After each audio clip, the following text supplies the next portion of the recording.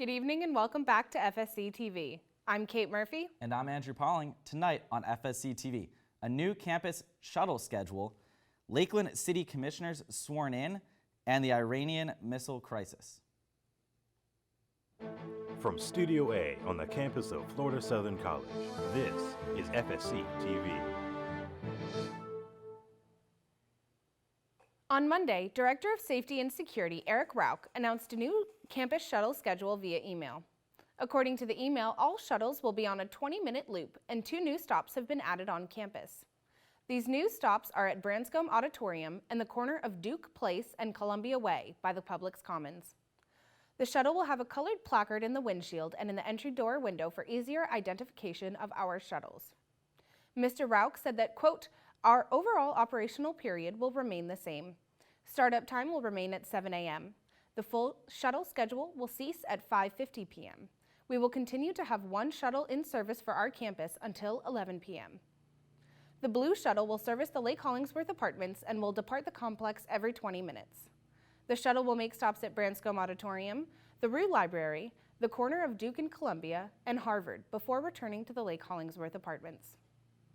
The red shuttle will service Lake Morton and Colony Arms apartments and will depart from Lake Morton every 20 minutes.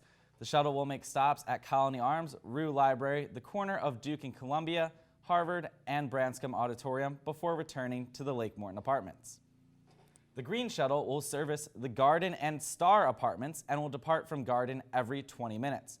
The shuttle will make stops at the Star apartments, the corner of Duke and Columbia, Harvard, Branscombe Auditorium, and the Rue Library before returning to the Garden apartments.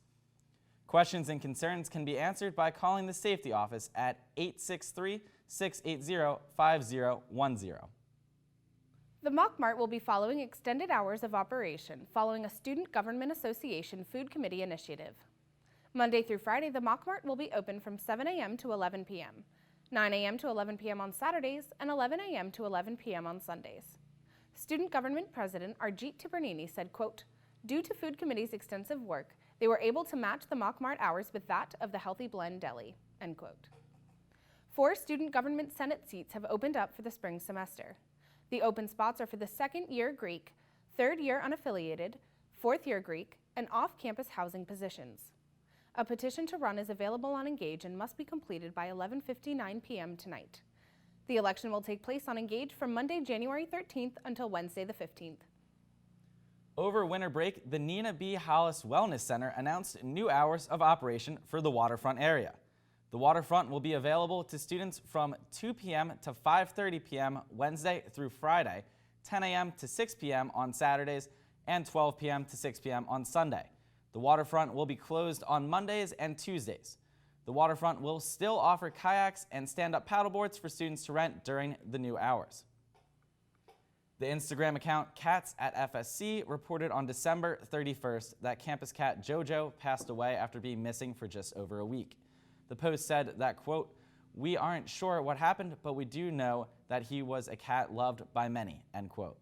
JoJo arrived on campus in October of 2017.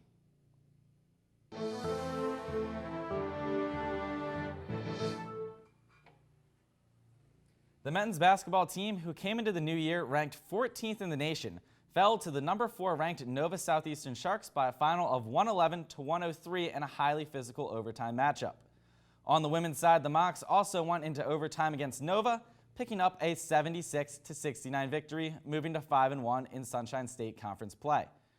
In women's swim news, the Mocs will head to the pool for a pair of weekend matches as they prepare for their first home meets in over 2 months. The girls take on Emory on Friday at 4 p.m. and Nova Southeastern on Saturday at 11 a.m. The hockey team returns to the ice this weekend as they will take on Flagler this Saturday with a puck drop scheduled for 9 p.m. Looking across the professional teams in Lakeland, the Florida Tropics, currently 7-1, and the number 1 seed in the Eastern Conference, are set to face off against the Orlando Seawolves. Kickoff on Sunday is set for 3:05 p.m. at the RP Funding Center. The Lakeland Magic, currently 11-10 in league play, face off against the Westchester Knicks on Friday at 7 p.m. in the RP Funding Center. Recently acquired forward Isaiah Armwood will be available for the game.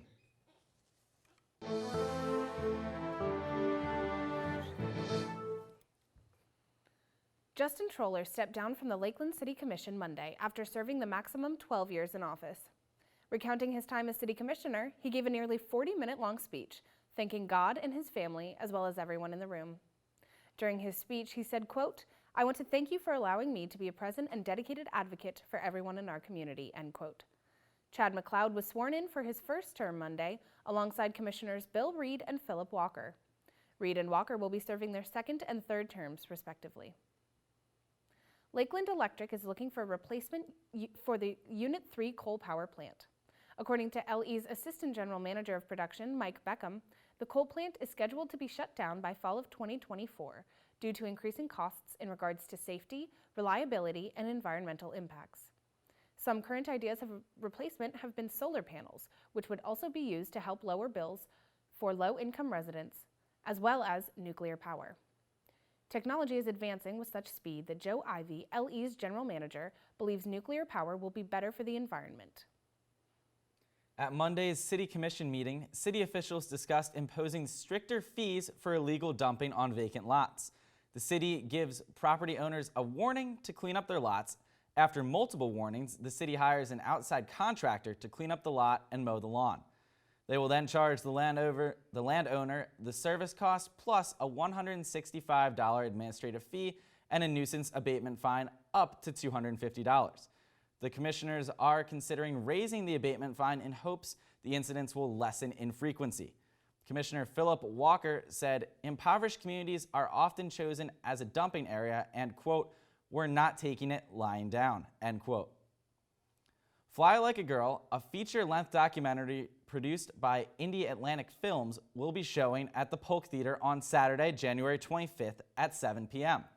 The film has been screened at film festivals all across the country in 2019 and has now circled back home to Lakeland. There will be a red carpet before the screening with a question and answer session with the film's director, cast, and crew following the screening. You can purchase tickets online or in the box office prior to the filming.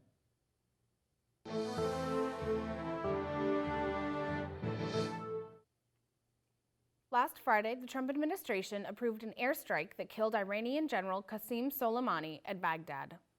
In retaliation, Iran sent over a dozen missiles at multiple joint bases in Iraq, which damaged the infrastructure of the bases. President Trump tweeted, quote, "So far so good," in regards to assessing damage and casualties.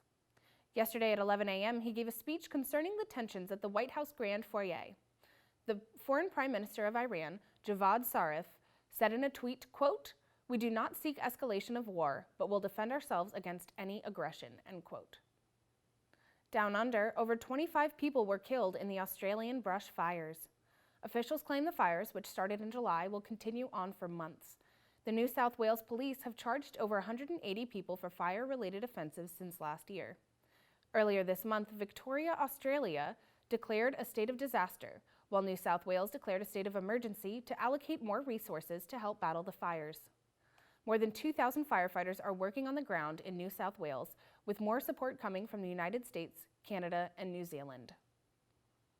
SpaceX returned Tuesday with cookies based in space and, quote, muscle mice, among other space experiments and gear. 40 female mice were sent to the International Space Station as part of an experiment to study the impact targeting myostatin and activin signaling pathways have on preventing muscle and bone loss.